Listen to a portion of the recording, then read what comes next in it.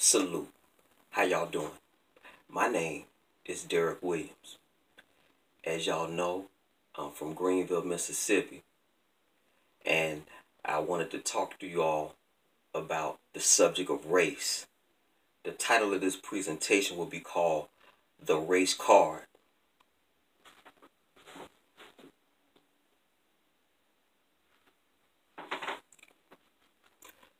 It's the greatest colored show on earth. America is. And I'm just one boy in the comment section on YouTube. I got this shirt that you see from a concert that I went to a few years back. The North Carolina-based rap group Little Brother did a CD back in 2005 called The Minstrel Show. And it was essentially making fun of the caricature that blackface is. So they were making fun of folks that's making fun of us. And I think that we have so much racial stuff going on in the past couple of days that I thought it would be a little instructive. I put my little 2 cents in to it. I want to do my housekeeping first.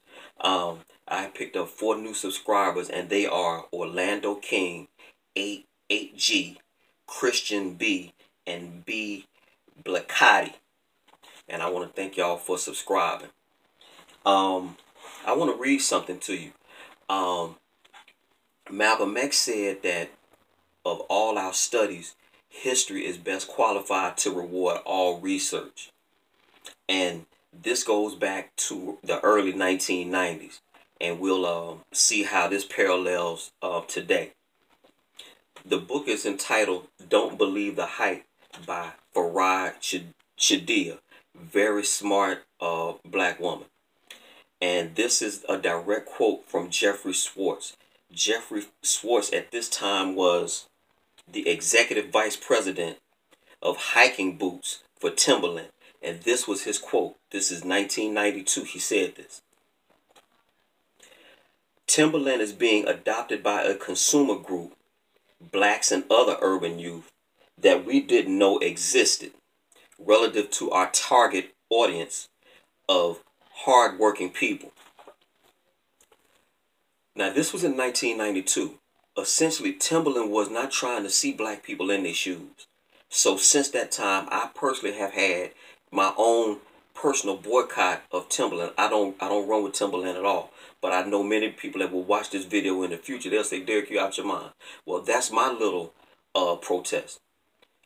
As you know, not Jeffrey, but Mark Zuckerberg said a few years back that all Facebook users are dumb effers. And to my knowledge, he has not walked back or apologized for that quote.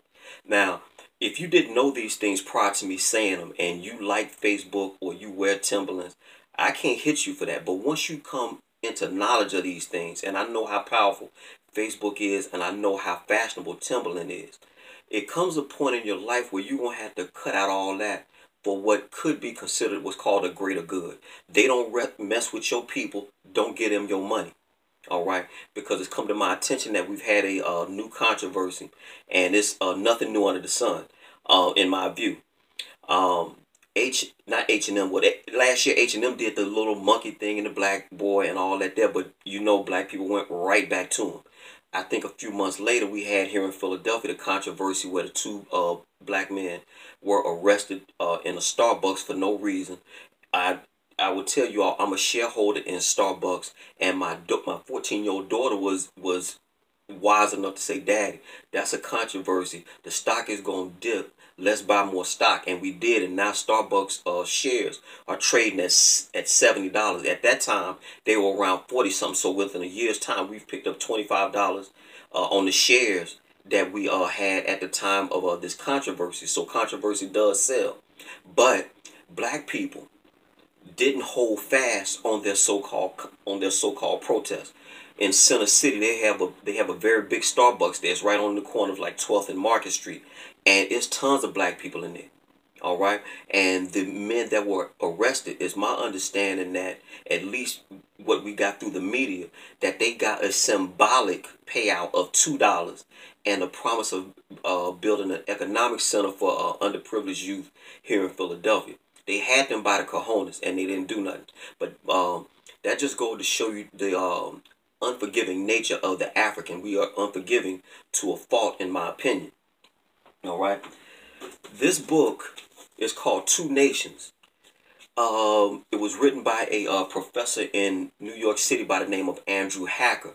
I came to know Andrew Hacker from a talk show that came on BET called Our Voices with Bev Smith.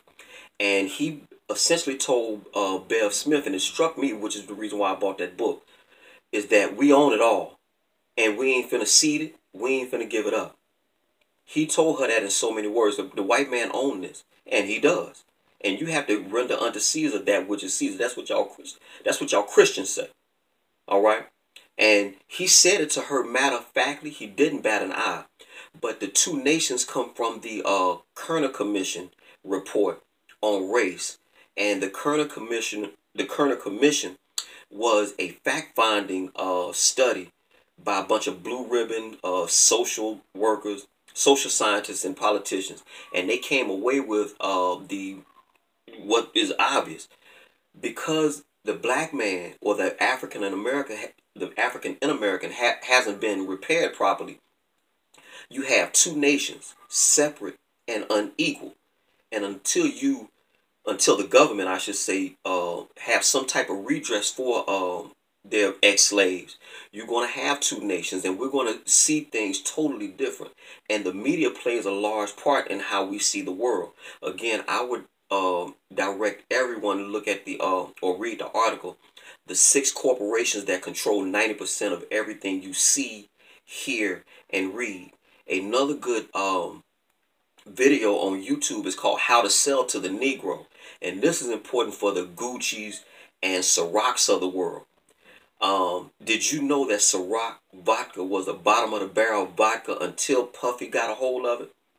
They were dying. Ciroc vodka was dying. This is a confirmed fact. If I'm not mistaken, I believe I read that article in either Men's Health or Natural News, but it's out there. I don't talk about it if I ain't looked into it. Ciroc wasn't nothing.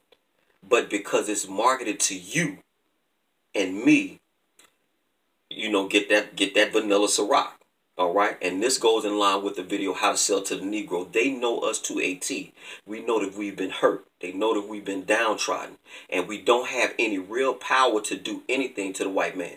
And when I say the white man, I'll just say that to mean society generally, our construct. And it is a construct. The fact of the matter is, white people in America on top, and you lucky if you're a fifth class citizen of people of African descent. All right.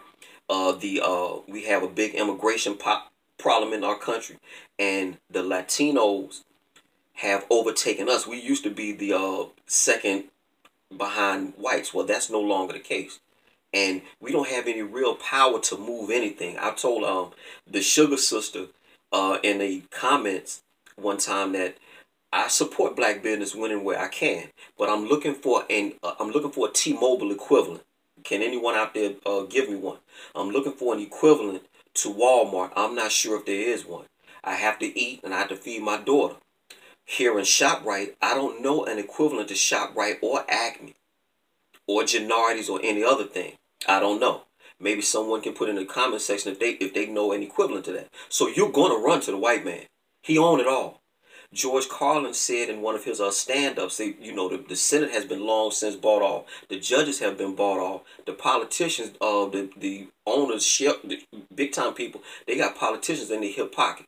So the black man, being that he has nothing, essentially, and you still 3/5 of a man as per the United States Constitution, you got nothing. Now, many people will say, well, Derek, that's a pessimistic or defeatist attitude. No, that's a realist attitude. Again, show me a T-Mobile equivalent. Show me an Oldsmobile or an Audi equivalent. You got none.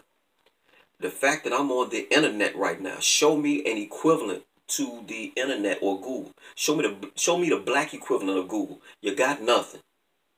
I'm looking at it from a military standpoint, and in a war we would surely lose.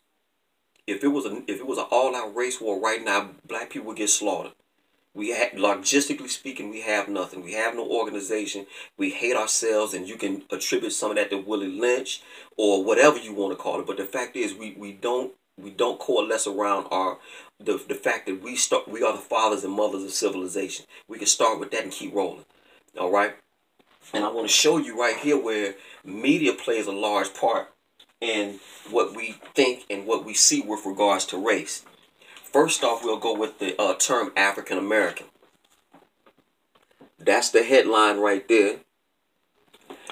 But African American favored by many blacks. This was carried by the New York Times July 31st, 1989. So African American is only 30 years old as of a few weeks ago. But it was essentially a term used in black elite circles, and Jesse Jackson and all the civil rights workers picked up on it, and they start saying it, and then it gets filtered out through the news, and then you and I start saying it. When I first heard it, I thought it was fly, and I used to say it until I saw this article. It's like maybe 20 years or so ago. So this is like maybe like 99. I read this article, and I said, well, no, you're not African American. And then if anybody that went to a social studies class in America knows you have to immigrate from another country. So again, I use the Hakeem Olajuwon example. If I move from Nigeria and I go through the immigration process, at that point, then I can call myself an African American. But I'm from Greenville, Mississippi. I'm native born.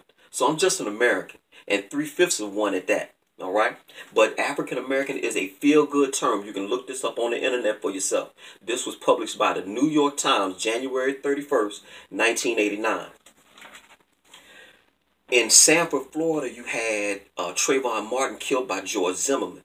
Okay. So you had an older white guy or Latino guy, whatever he calls himself, shoot and kill a black teenager. But did you know a full 2.5, 3 years before that, you in upstate New York, you had a black night watchman by the name of Roderick Scott. He shot and killed 17-year-old Christopher Cervini. Question: why didn't CNN carry this story with the same fervor as they did with the one in Sanford, Florida? Something for you to think about. So that right there is an example of how the media would take certain stories and run with them, and they kill others. And the Cervini family was up in arms over the fact that, well, look, well, my son is just as valuable as Trayvon Martin. But they didn't show my son. And that's how they was talking. You can look this up for yourself. His name is Roderick Scott, more popularly known as the Black George Zimmerman. This is by Sean King, a unsavory character, but it is something to think about. This story was carried June 28th, 2016. And it says, unarmed white Fresno teen killed by cops. A far too familiar scenario for black people.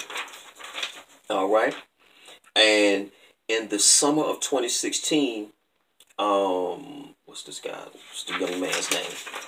Hold on 1 second, you all. Bear with me right quick. Dylan Noble was not homeless. Okay. He was not mentally ill. So the reports, he did not sell drugs. He was an upstanding young man. Well, there was a phone call saying that some white guy was walking around brandishing a firearm. If you remember a few years ago, a black Ohio man was in the Walmart and he had an air gun. People called the police on him and he was shot and killed in that Walmart. Well, this happened to Dylan Noble. Someone made a phone call saying that a guy had brandished a gun and he fit the description of Dylan Noble. Well, Dylan Noble had no gun. He was ordered to lay face down on the ground, and a black policeman shot and killed him anyway.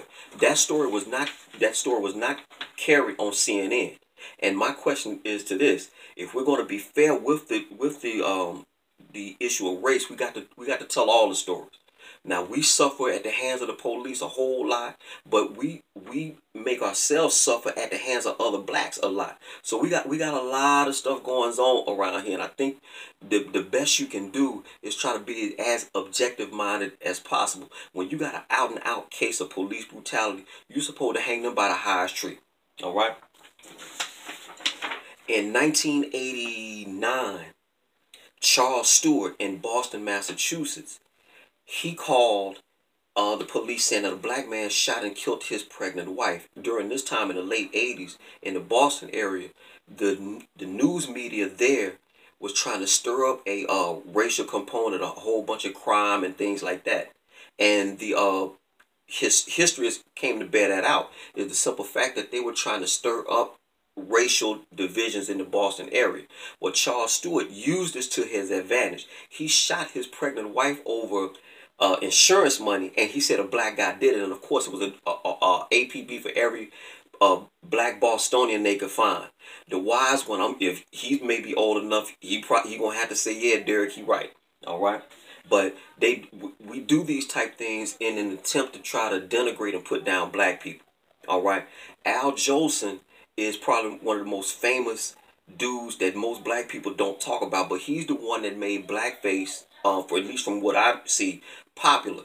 This shirt right here is little brother kind of like picking at him, but the whole thing with blackface and stuff, it has a whole bunch of negative connotations, and it's wrong. And real quick story, because I know I'm coming up on 16 minutes.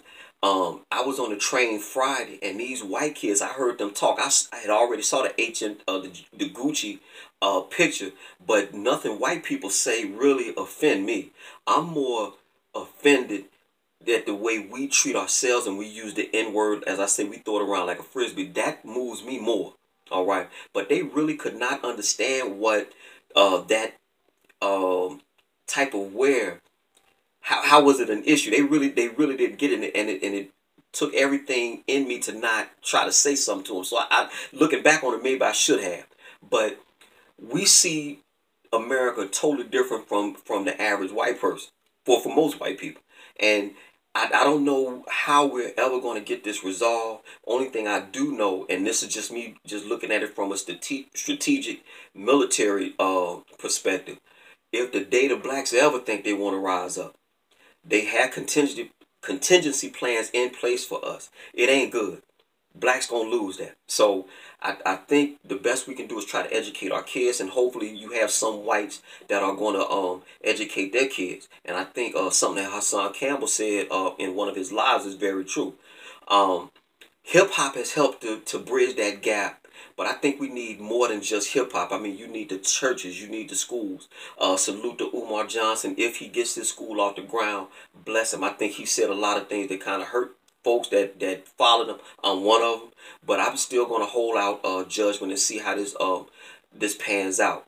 So I just want to touch on these things. I just I don't know what black people can do except pull their dollars out. But again, going back to the protest with Starbucks, black people, for some reason, we don't sustain long protests. We don't, if it's going to hurt us with our bottom line or our quality of life, we give in within a week.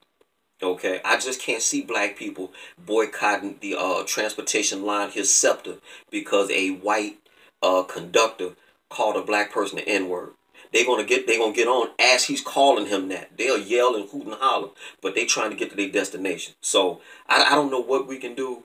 Maybe some of you all who are smarter than I can put some suggestions down in the comment section. So again, this is Derek Williams, the Mississippi boy.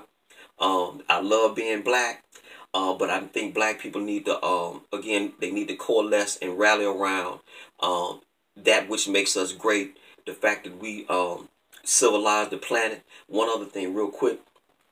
In 1990, Newsweek magazine did a cover story, and the title of it was called The Way We Were. Even the white man confirms himself that when the African was civilizing the planet, they were in caves, naked. And I wish I had that article, but you can go online and you can see the you can actually see the cover of Newsweek magazine, but the title of it was called The Way We Were. They know the greatness of the African, and we need to know that greatness as well. All right, all y'all take care of yourself. Greenville, Mississippi till I die.